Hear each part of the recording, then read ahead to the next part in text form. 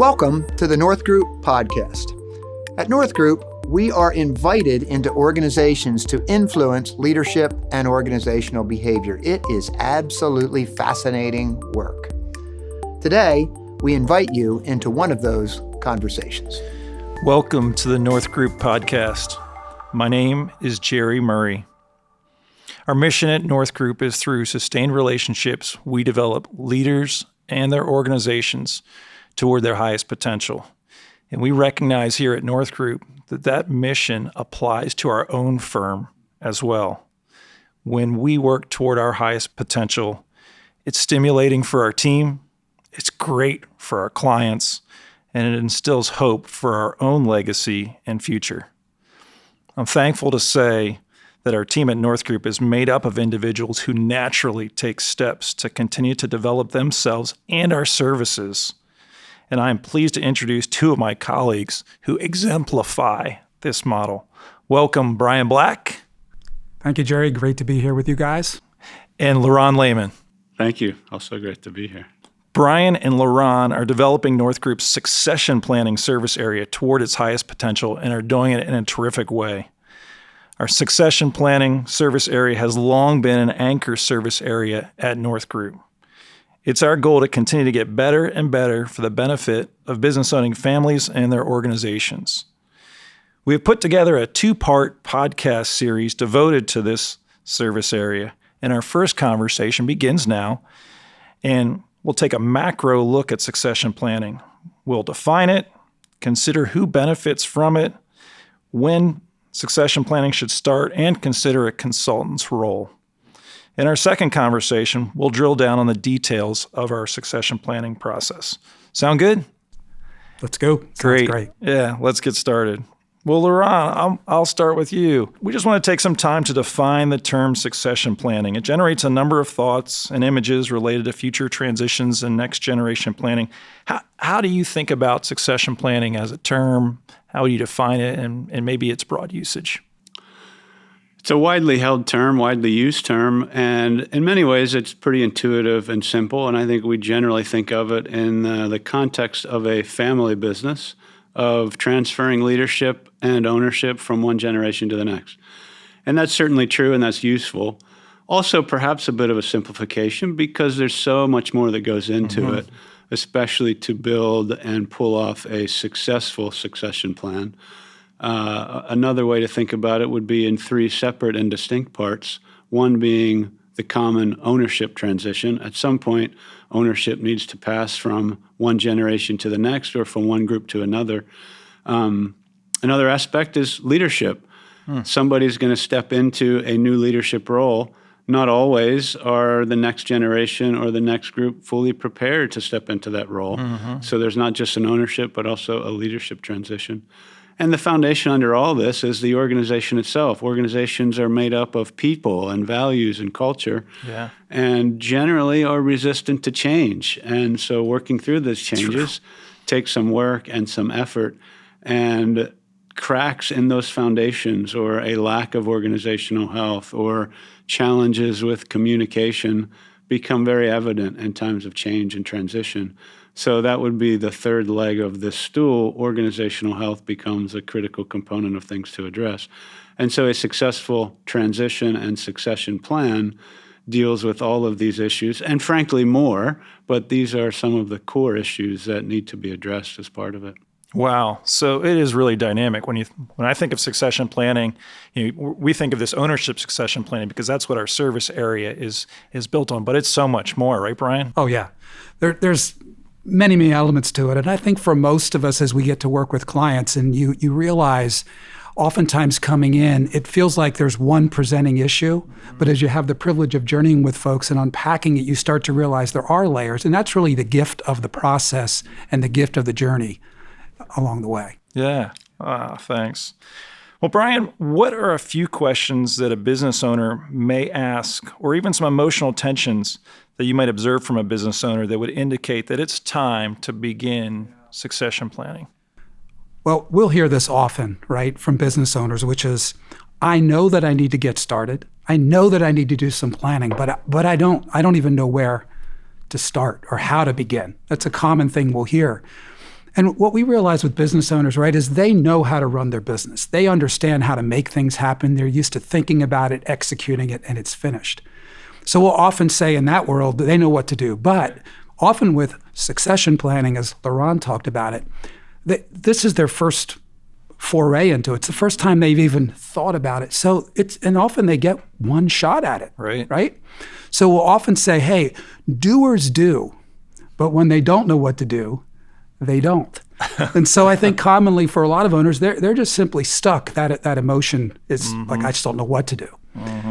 Let's also face the fact that this whole process can be very emotional as it is. It's just an emotional experience. We're inviting people to envision a future that looks different than their present, to release some things that have become sewn into their lives all along the way. So another thing that emerges in this, I think, Jerry, is this sense of emotion that just makes this hard to even sometimes think about. I mean, another thing that we'll often see is sometimes we'll have owners come and they're just tired. They're just fatigued. They're really worn out. The business has grown perhaps beyond the structure that's in place, and it's demanding more from them than perhaps they even have to give. So how often have we had business owners come to us and say, I just want to get out. I'm ready to go. I just want to sell. And the gift of being able to step back from that emotion and to really just start to think of a hopeful pathway to build capacity, to help the owner see his or her future in a different way. And oftentimes when they come in the door believing we got to get out of this, we wind up on a journey where they find the highest and best path that actually has hope and life in it. Yeah. The other thing that we often see emotionally is sometimes leaders realize, I've waited too long. I feel overly pushed. Maybe it's the next generation pushing against them. Maybe it's their team. Like, what's going on here? And in that case, sometimes they feel like it's too late. I think you would hear us say it's never too late. It may force some different direction and path, but it's never too late to begin a process of planning your transition. Typically, the driving force would be a business owner or a first generation or a founder that recognizes, hey, I'm coming to the end of my runway. It's time to retire. It's time to give somebody else a chance. And there's certainly emotions there, and that's often the driving force. But there are other circumstances in the business among the next generation or among other leaders in the company that are many times ignored.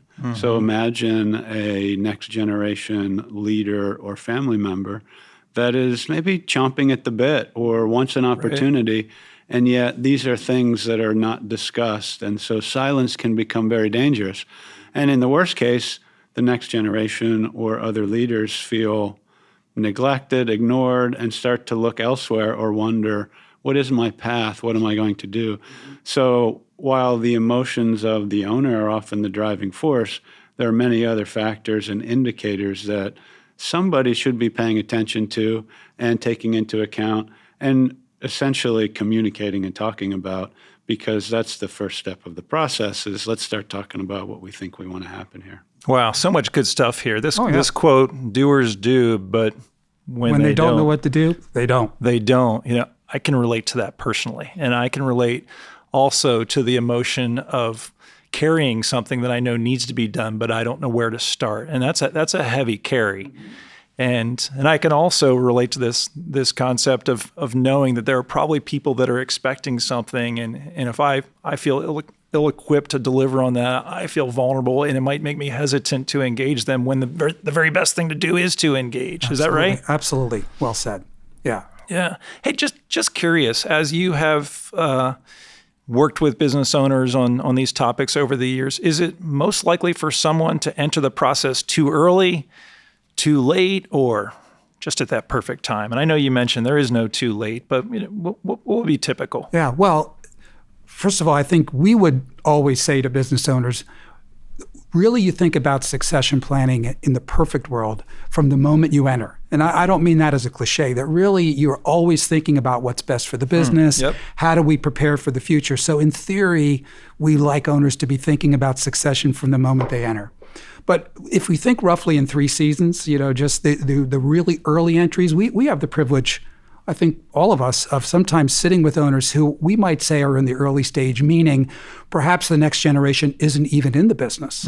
Perhaps it's not even clear that there is any plan to be had, but they're asking, how do I prepare this business well? Myself first, but this business and my family for an invitation to the future. And that would be in the early stage. I would say that would be fairly uncommon, but really welcome. Yeah. I think the bulk of the clients that we have the privilege of working with would come in what I would say is more that mid-season, which is not to put an age to it, but let's say maybe late 40s into their 50s, where they're beginning to see some frame. Maybe the family is maturing and they've got young adult kids into the marketplace, and they're maybe even beginning to think about their own future in a different way.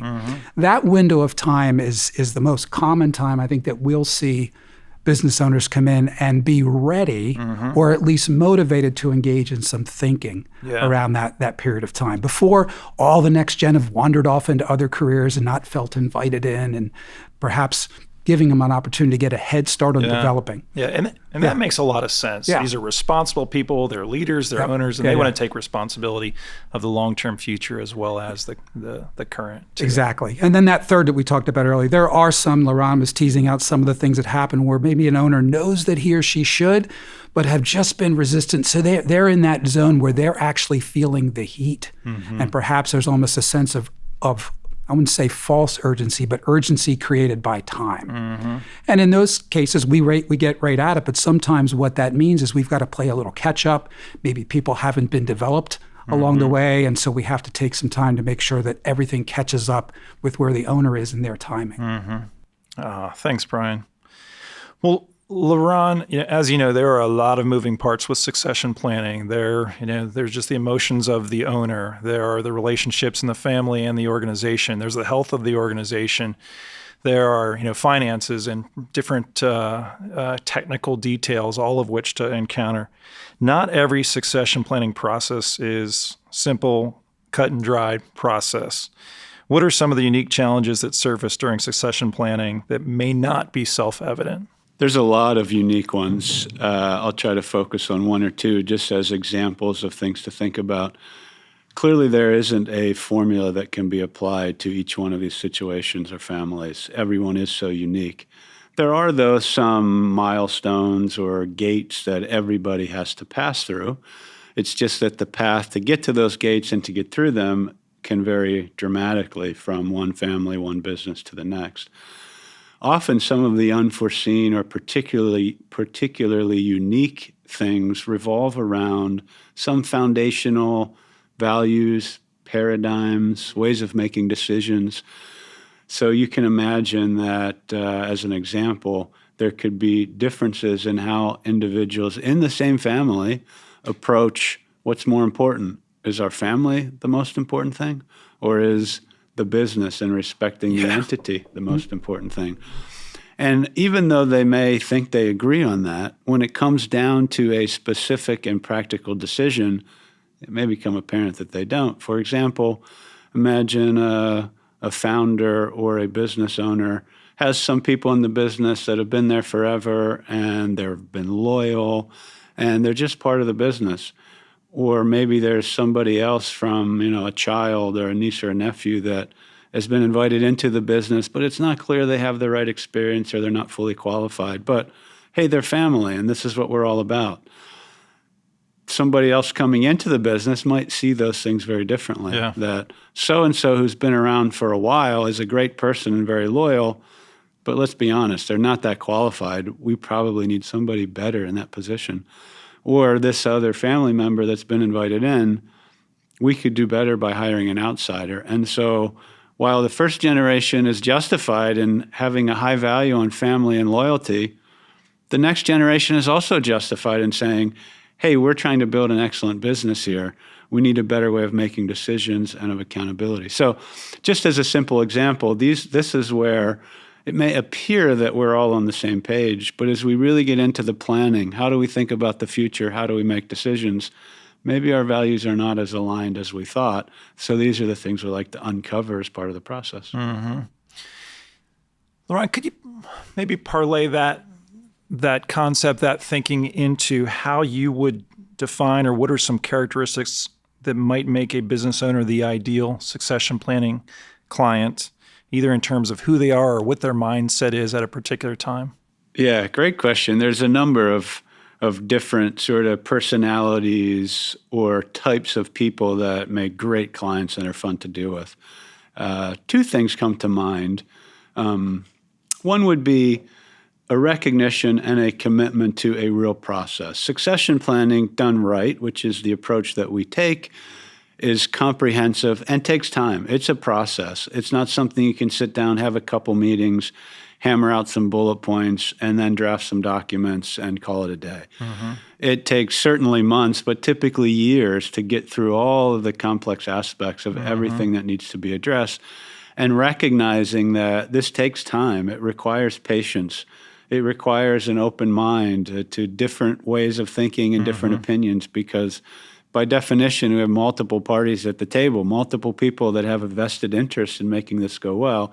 And if a business owner wants to drive every detail of the process, there's probably going to be significant challenges. So first thing would be somebody that comes in with a commitment to the process, a long-term view, and an open mind. And then I would say something that's maybe a bit more unique to the North Group is we have found that we really like, enjoy, and work best with businesses and families that are mission-driven, values-aligned, that have some view of their role in the world that is more than simply creating and or preserving wealth. There's a bigger purpose. There's some impact they want to have. And that aligns with who we are as a firm, and certainly we love to work with organizations like that. So that seems to add another element of what could be a great fit when we find a business owner that feels like this is more than about money. We're trying to optimize for other things too. Yeah, I like that. Well, Brian, this might not be fair. We only have about a minute left. And so I wanted to, lean on your experience in this area in succession planning.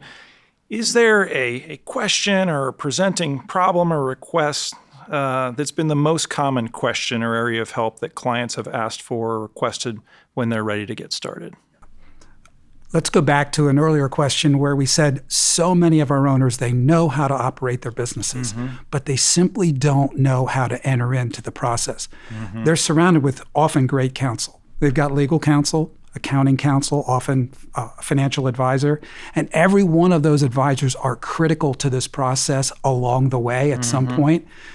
But the owner, the presenting question is, I've got all this great counsel around me, but I don't know how to enter in. Yeah. And I think that's where we come forward. Our values proposition is we want to help to shepherd, steward, quarterback that process in a way that brings all of that to bear for you, shows you the path in light of your stated goals and desires. And you can see how that would be so valuable to someone that's looking for that first And we step. hear it over and over once an owner's in that process. This is what I needed. This is what I needed.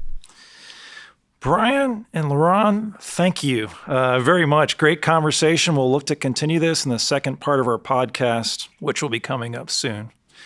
At North Group, we are honored to serve business owners, their organizations, and families during this dynamic season of succession planning. We welcome your questions and thank you for your trust.